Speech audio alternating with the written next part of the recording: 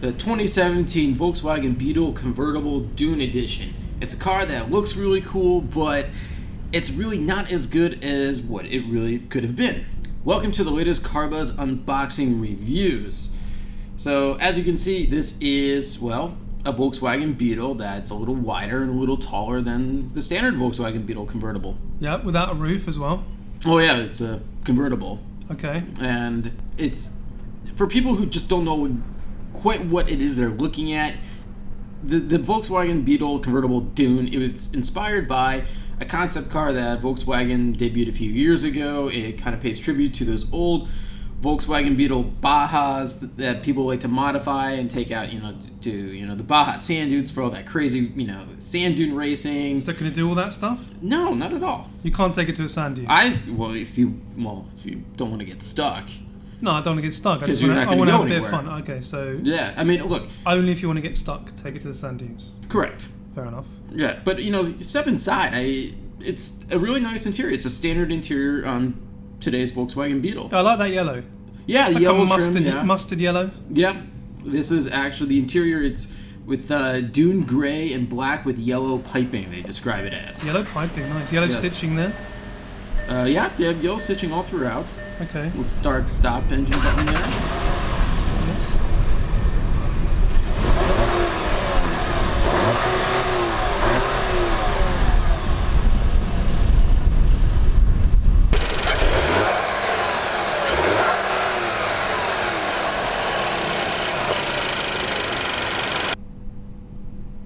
Alright, now let me tell you why that is the wrong engine for this car. That's the wrong engine? It is the wrong engine. The Volkswagen just made a huge, stupid mistake. Maybe they did it on purpose, I don't know, but there is a better engine out there for this car. Which is? The 2-liter turbocharged 4 that's found in the the Beetle R-Line.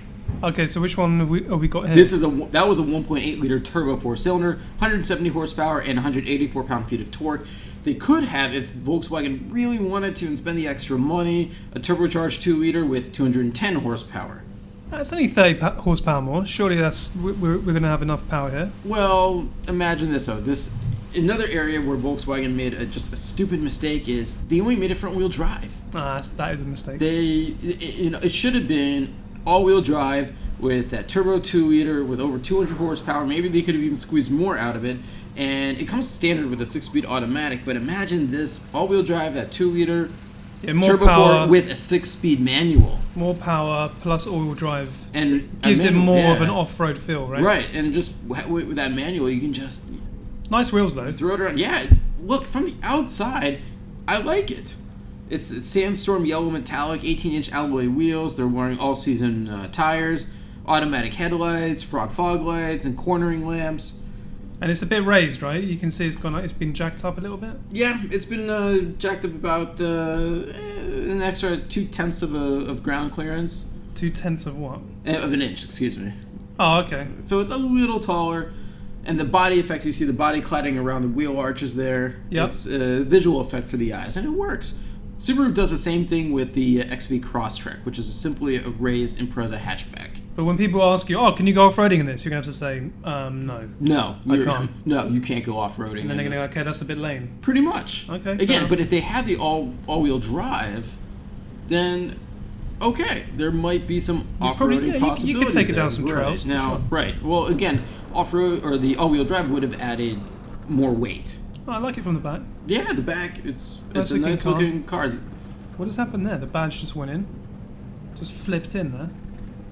That's a bit unusual. Yeah, that's kind of cool. What was that for? That's what happens when you pop the trunk, maybe? Yeah. When you pop the boot? Probably, yeah, so that you can open it right up like there. That's strange. Yeah. Okay. But unlike the original Volkswagen Beetle, the engine is up front. Yep. Rear engine is only in one car today. Yeah, that's the old Porsche. The old Porsche 911, yep. I mean, look, this is a good engine, don't get me wrong. The 1.0-liter turbo 4-cylinder, you find it in the Volkswagen Jetta. I did an unboxing review of that. The 1.8 liter. Excuse me, yeah, the 1.8-liter turbo. That's a great engine. I just think there was more opportunity for this car. And the Beetle R-Line, which has that 2-liter turbo, is evidence that this car is capable of handling a bigger engine with more power. So maybe VW listening, maybe they'll bring out another car. VW, you listening? Yeah. We'll find out. Let's see. Maybe not. Well, I think it's a nice looking interior. It is. Sharp. Look. Oh, there's the yellow piping. Yeah, right. All throughout Pipes the around seats. the seats. Yeah. It's nicely trimmed. I like the yellow metallic It's very nice. on the interior. Yep. Just blends straight from the exterior. Mm-hmm. Indeed. Nice looking door there. Yeah, it's a door, but what I like about this generation Beetle's interior is that, unlike the new Beetle that came out in the late 90s, it's just not as funky looking on the inside. You think they're a bit too reserved? No, I think actually this is a better interior just because it doesn't have that really long or wide dashboard where it's just like it just collected so much dust because of the angle of the windshield. This is just a more conventional design, and actually it's a bit of a throwback to the original Beetle. So it's a bit of a retro. It's still a little retro, but it's easier to use on a day-to-day basis. Yeah, I'd be happy. Look at the way with the this as my glove daily box lineup. opens. You know, you press that little thing in. That's the retro, little, yeah. Yeah, that's a retro touch. Maybe we'll see him use that in a second. Probably. So who's buying this car? That's a good question.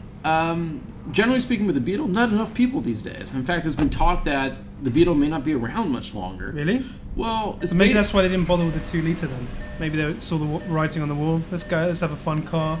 Let's not over-invest in it. If anything, it should have been the exact opposite way of thinking. Let's try to keep this Beetle alive and show that we can give it some guts. Maybe that's what they were thinking. Who knows? Who knows?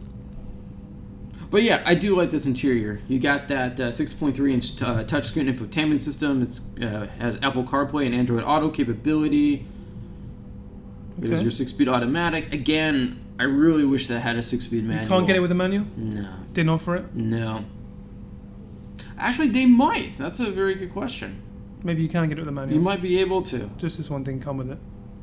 Most people will go for an automatic anyway. But look, because it's not an off-road thing. Right, It's just something that looks a bit more unusual than your standard Beetle. Right. Of the three things that I really wish that this particular Beetle Dune has, between the engine, the transmission, the all-wheel drive, I want the all-wheel drive first. Yeah, they should. That would be my first priority. Because Right. look, if you look at it from the outside, it looks like it has all-wheel drive with that extra body cladding.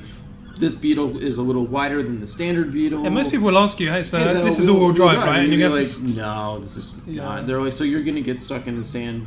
And you're driving a car that's called never Dune. I'm never taking this in the sand. No. Despite its name, Correct. the last place I'm taking this is to a dune. Correct. This is basically, look, for people who, they like the current Beetle and they want something that's even a little more quirky. Right. That even fewer people have. This is your car. Hipsters? Hipsters. But here's something else I noticed about the touch screen here and the whole infotainment screen is that when the top is down, there's a lot of glare. Right, yeah. Imagine if the sun is shining on you and you're trying to find your way with a navigation system. Good luck. You can't see shit. Right.